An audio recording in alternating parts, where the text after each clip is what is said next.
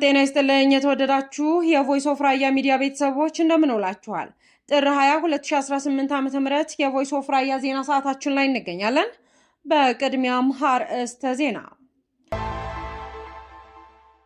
የህወሓት ቡድን ከራያ ህዝብ 221 ሚሊዮን ብር ለድርጅቱ ማጠናከሪያ በሚል ከህዝብ ገንዘብ ለመሰብሰብ እየተንቀሳቀሰ እንደሚገኝ ምንጮቻችን ገለጹ።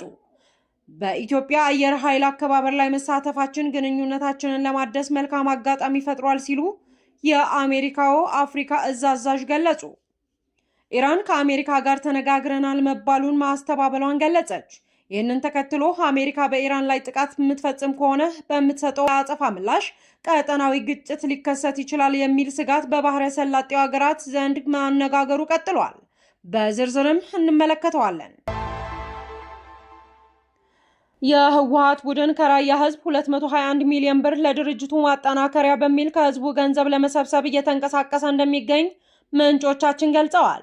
የህወሓት ቡድን በሁሉም የራያ ህዝብና አካባቢዎች በስም የትግራይ ተጎጂዎችና አርበኞች ማጠናከሪያ በሚል 221 ሚሊዮን ብር ከራያ አዘቦ ህዝብ ለመሰብሰብ እንቅስቃሴ እያደረገ እንደሚገኝ ከስፍራው የደረሰን መረጃ ያመላክታል። የህወሓት ቡድን ምስለኔ አስተዳዳሪ የሆነው አቶ ተስፋይ ተፈሪ የህወሓት ቡድን ተልዕኮ ለመፈጸም በትናንትናው ዕለት በስም የውሃና አፈር እቀባ ዘመቻ በተጠራው የአመራሮች ስብሰባ በመገኘት የታቀደው ገንዘብ ለመሰብሰብ ለሁሉም ጣቢያዎች ማከፋፈሉን ምንጮች ገልጸዋል።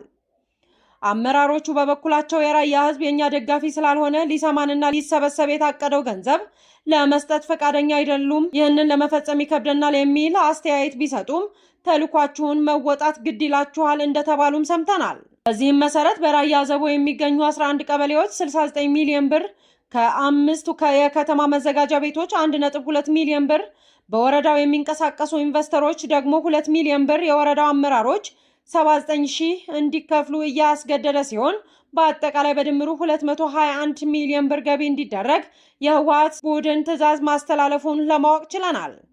በተመሳሳይም በስም ተጎጂዎች አርበኞች ለማገዝ በሚል ሽፋን በራያ ጨርጨር የህወሓት ቡድን ለማጠናከር 124 ሚሊዮን ብር እንዲሰበሰብ ትዕዛዝ አስተላልፈዋል። በችግር ውስጥ የሚገኘው የመንግስት ሰራተኛም ወረዳ ጨርጨር 50% ከደሞዛቸው እንዲከፍሉ ግዴታ እንደተጣለባቸው ለማወቅ ችለናል። ይህ ቡድን የራያ መሬት እንጂ ህዝቡን እንደማይፈልጉ በተደጋጋሚ በመሪዎቹ በኩል መናገሩ ይታወሳል። የህወሓት አምባገነናዊ ስርዓት በተለይም በተለያዩ የራያ አካባቢዎች የወጣቶች አፈናና እስር፣ የሃይማኖት አባቶችን ማፈን ጨምሮ በራያ ህዝብ ላይ የአገዛዝ ግፍ ከቀን ወደ ቀን አጠናክሮ መቀጠሉ ማሳያ እንደሆነ እየተገለጸም ይገኛል።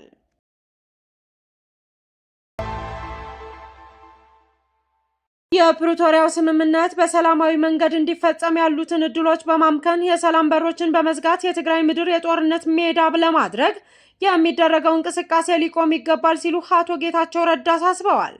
የፕሪቶሪያው ስምምነት ከግጭት ውጪ በሰላማዊ መንገድ ከፌዴራል መንግስት ጋር በዲፕሎማሲያዊ ግንኙነት ለመፍታት በተደጋጋሚ የተደረጉ የመድረክ ውይይቶች ወደ ተግባር ለመግባት እያደረግነው ያለነው ጥረት የግለሰብ የስልጣን ጥማታቸውን ለመወጣት ሲሉ በጦርነት ወንጀል ሊጠየቁ የሚገባቸው አካላት ወደ ጦርነት ሊያስገቡን የሚቻላቸውን እያደረጉ ይገኛሉ ሲሉ አቶ ጌታቸው ረዳ ከደቂቃዎች በፊት በፌስቡክ ገጻቸው ላይ በጻፉት መልእክት ገልጸዋል።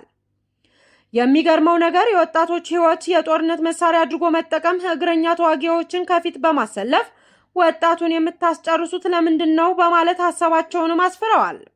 አክለውም ታጣቂዎች ህዝባዊ ዓላማችሁን ለርካሽ ፖለቲካ መሳሪያ ከመዋል ተጠንቀቁ ሲሉ አክለው ገልጸዋል። በኢትዮጵያ አየር ኃይል አከባበር ላይ መሳተፋችን ግንኙነታችንን ለማደስ መልካም አጋጣሚ ፈጥሯል ሲሉ የአሜሪካው አፍሪካ እዝ አዛዥ ገለጹ። የመከላከያ ሚኒስትር ኢንጂነር አይሻ መሐመድ በዛሬው ዕለት የዩናይትድ ስቴትስ የአፍሪካ እዝ ዩኤስ አፍሪኮም አዛዥ ጀነራል ዳግቪን አርሚን አንደርሰንን በቢሮአቸው ተቀብለው አነጋግረዋል። በዚህ ወቅት በሁለቱ ሀገሮች መካከል ያለውን ወታደራዊ ግንኙነት ለማሳደግ በሚያስችላቸው ጉዳዮች ላይ የመከሩ ሲሆን የጋራ መግለጫም ሰጥተዋል። ኢንጂነር አይሻ መሐመድ በውይይታቸው ሁለቱ ሀገራት ከዚህ በፊት የቆየ ግንኙነት ቢኖራቸውም አሁን ደግሞ እያደገ የመጣውን የከፍተኛ የሆነ የዲፕሎማሲያዊና ወታደራዊ ግንኙነት ወደ ላቀ ስትራቴጂካዊ የስራ አጋርነት ለማሳደግ የሁለቱም ሀገራት እኩል ተጠቃሚነት ለማረጋገጥ እንደሚሰሩ መስማማታቸውም ተናግረዋል።